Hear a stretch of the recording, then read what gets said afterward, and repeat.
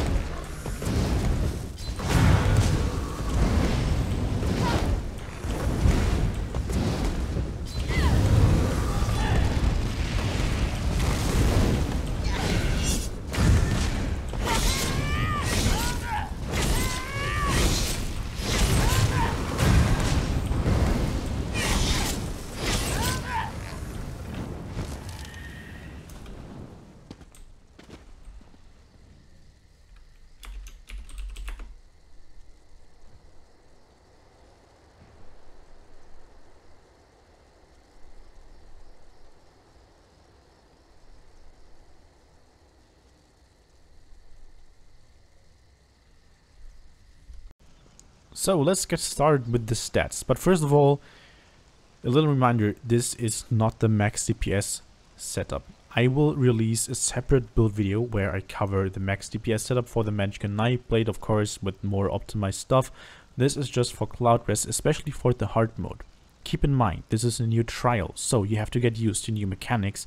You will probably die a lot and you will also rest people a lot.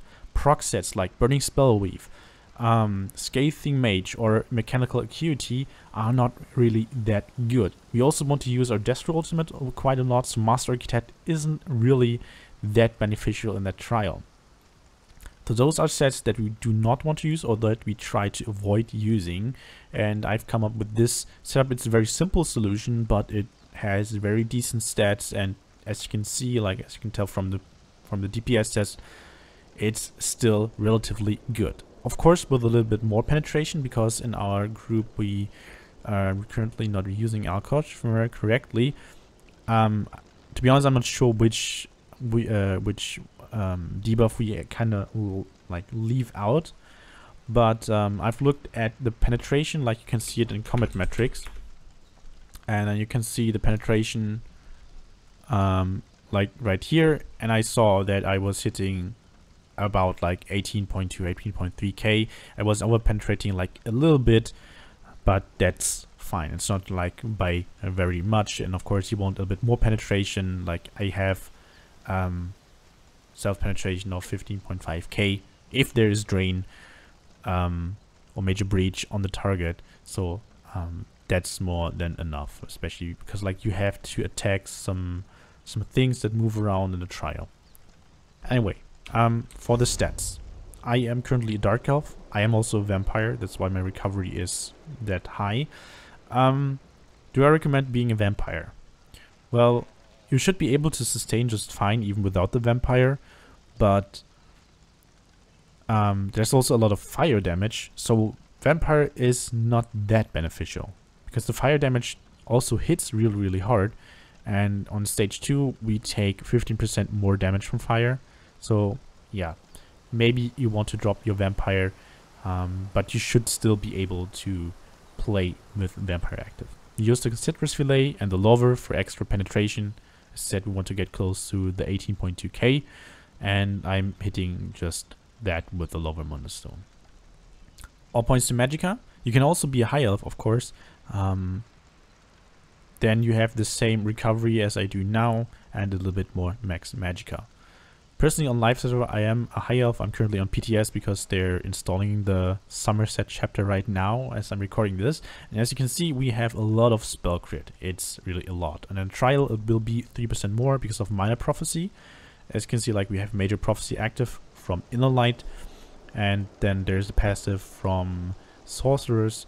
If they use a dark magic ability, you will get minor prophecy. That's another 3% spell crit chance, which is cool. 2.1k spell damage unbuffed, and that's pretty much it for the stats. So looking at the gear, we currently use Veteran Cloudrest. We basically use it because we get more HP. More HP in a new trial is really important. Yeah, you're less likely to die, of course. We're seeing just below 17k HP. On the back bar, it's a little bit more actually, like 17.3. And then, of course, with Eben active, we're sitting at almost like just a bit more than 18k on the front bar, which should be more than enough. Veteran Cloudrest also really nice damage-wise. When you deal damage, with damage over time effect, 8% chance to summon that meteor that deals 13.5k flame damage and additional AoE flame damage, which is nice. So that's pretty cool, and it's also really strong, and especially it always hits the target.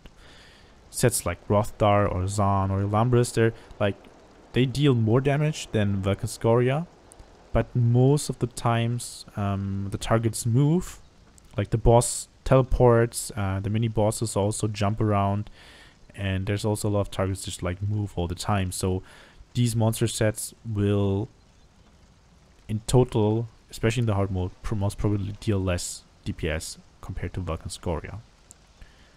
So we will go with Veteran Cloudrest because of the HP and because it always hits the target, and then we combine it with the craftable set, which is Julianos. So it's really simple. You get spell crit, Magicka spell crit, and spell damage, and it's actually really good because in a lot of situations you will find yourself resting others or being dead yourself, and then sets like Burning Spell Weave that are actually more effective, or Scathing Mage, or even Mechanical Acuity, the uptimes are really, really bad. So Julianos is like the safest bet. Yeah, that's what I personally pick, and it's craftable. You do not have to go and buy it, so like at least one of the sets is craftable. The good thing is now staves count as 2 set pieces, and we combine it with Mother's Sorrow. So Mother's Sorrow, I have it all arcane, all spell damage, infused staff on the front bar with flame damage glyph.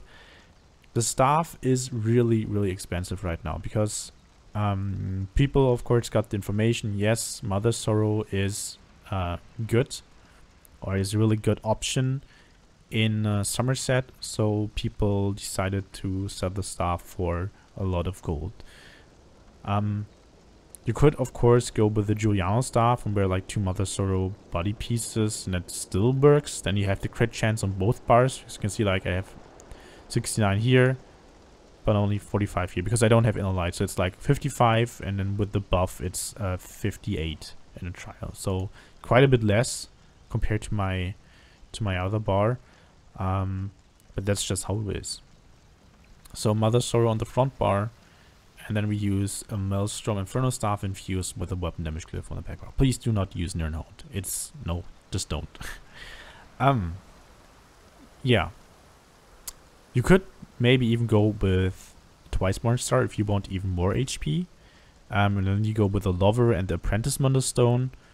So Julianos is like a little bit better option, and most people should already have Julianos like as one of the basic sets, and Julianos isn't bad. As I said, for max DPS I will release a separate build video basically explaining like what sets you get, but to get that set I need this setup here, and I need to farm it, so that's why I'm showing it to you. There is, however, another option that you have, and it's kind of a proc set, but you can control the proc yourself at all times. So what we want to do is wear 5 pieces of Mother's Sorrow on the body to maintain the crit chance of 62.3%, and then we pick Moondancer.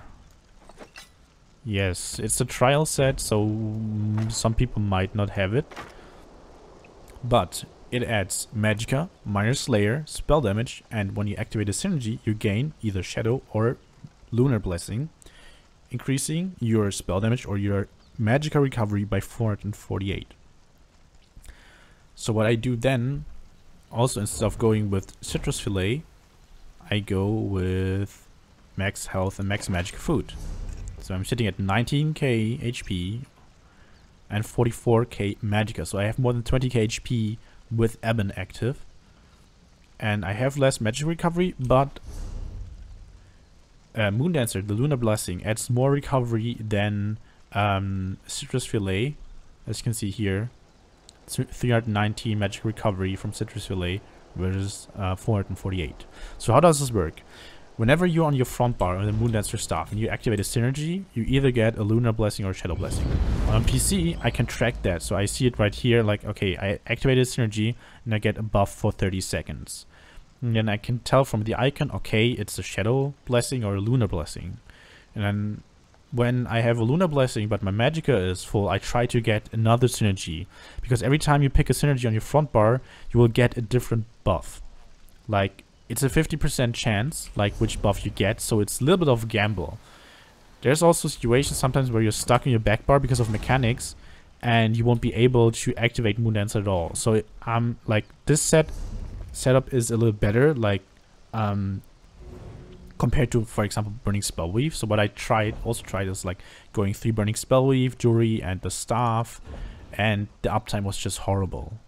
Like, really, really bad. So I recommend to go with Moondancer if you want to combine it that way, but like the safest bet is go like Juliana's and Mother Sorrow, in my opinion. That's what I want to. That's what I want to keep. Yeah. So much for that. Let's hop into skills. So I changed a little bit compared to last patch. Most people would be like, okay, I've seen you do DPS tests or I've seen build videos where people use different skills. They're probably referring to the Elemental Weapon.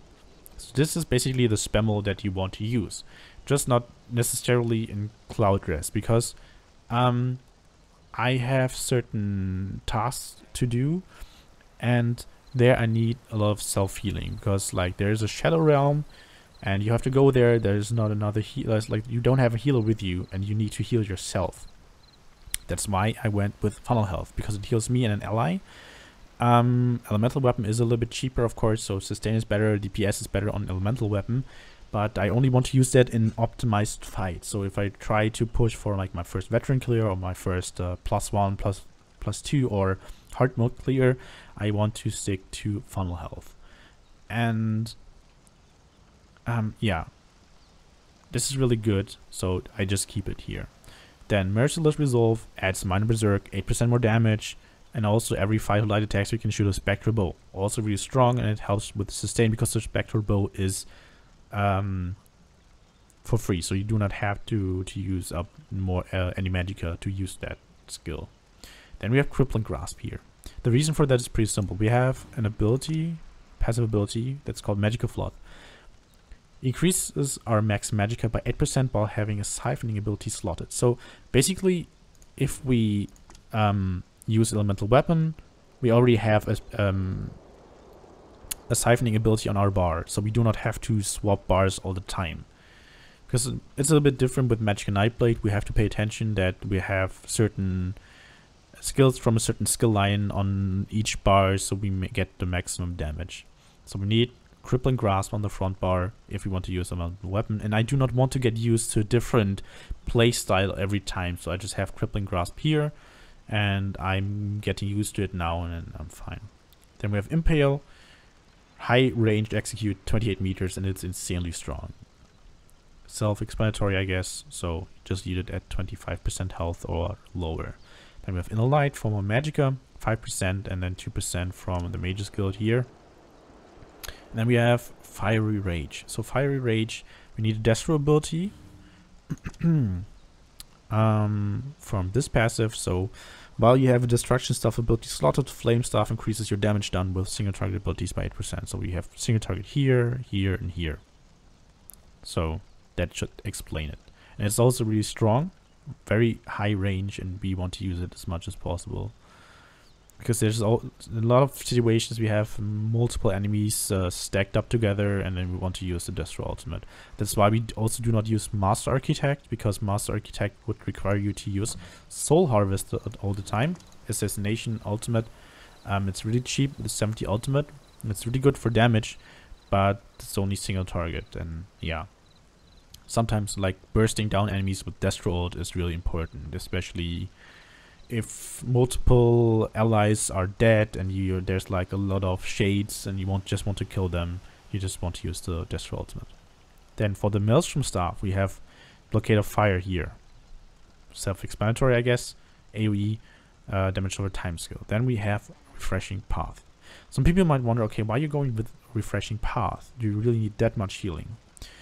You don't necessarily need it if you know how to play. I personally prefer it for the first clears because it still deals a good amount of damage.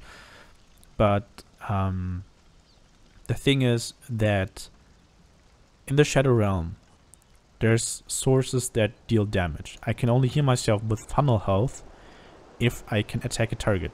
There will be a situation where I might not be able to attack a target, but I need healing, so I just go with a Refreshing Path. And it also gives me a speed buff, which is nice. So yeah, Refreshing Path is what I choose only for this trial, for this situation. Then we have Siphoning Attacks. It's really important for sustain, especially if you use the blue food with Moondancer. Really need this here for sustain, but it also gives you another source of healing. Your light and heavy attacks heal you for 1.5k HP, and they restore some Magicka, and then also after 20 seconds 4.2k Magicka. That's really cool. Then we have Channel Acceleration. This is the first new skill, and that's from Psychic Order.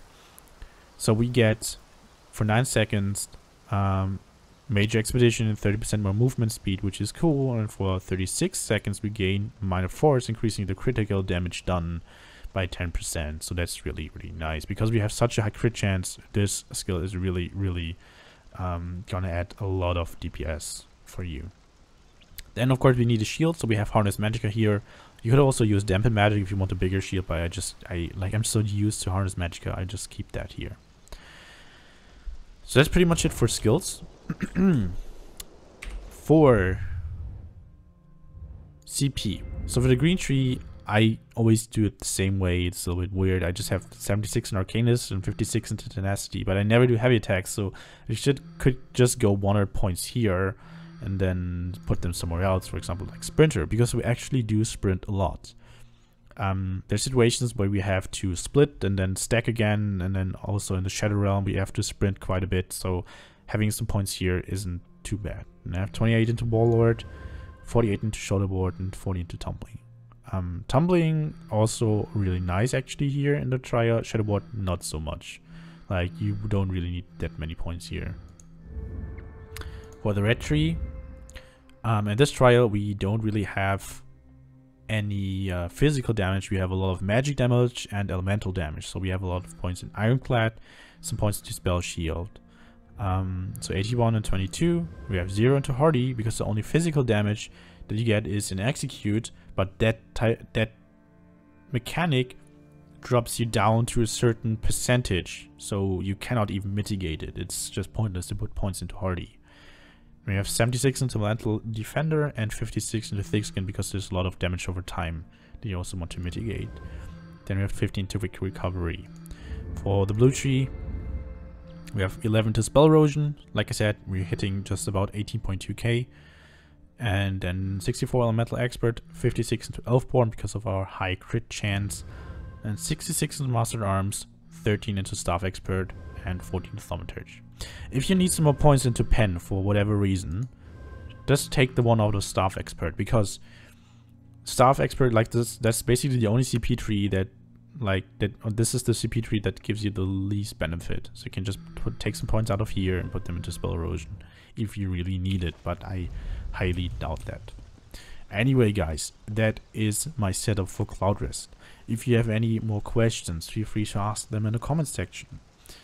Keep in mind, I will release a build video for the max DPS version for Summerset soon.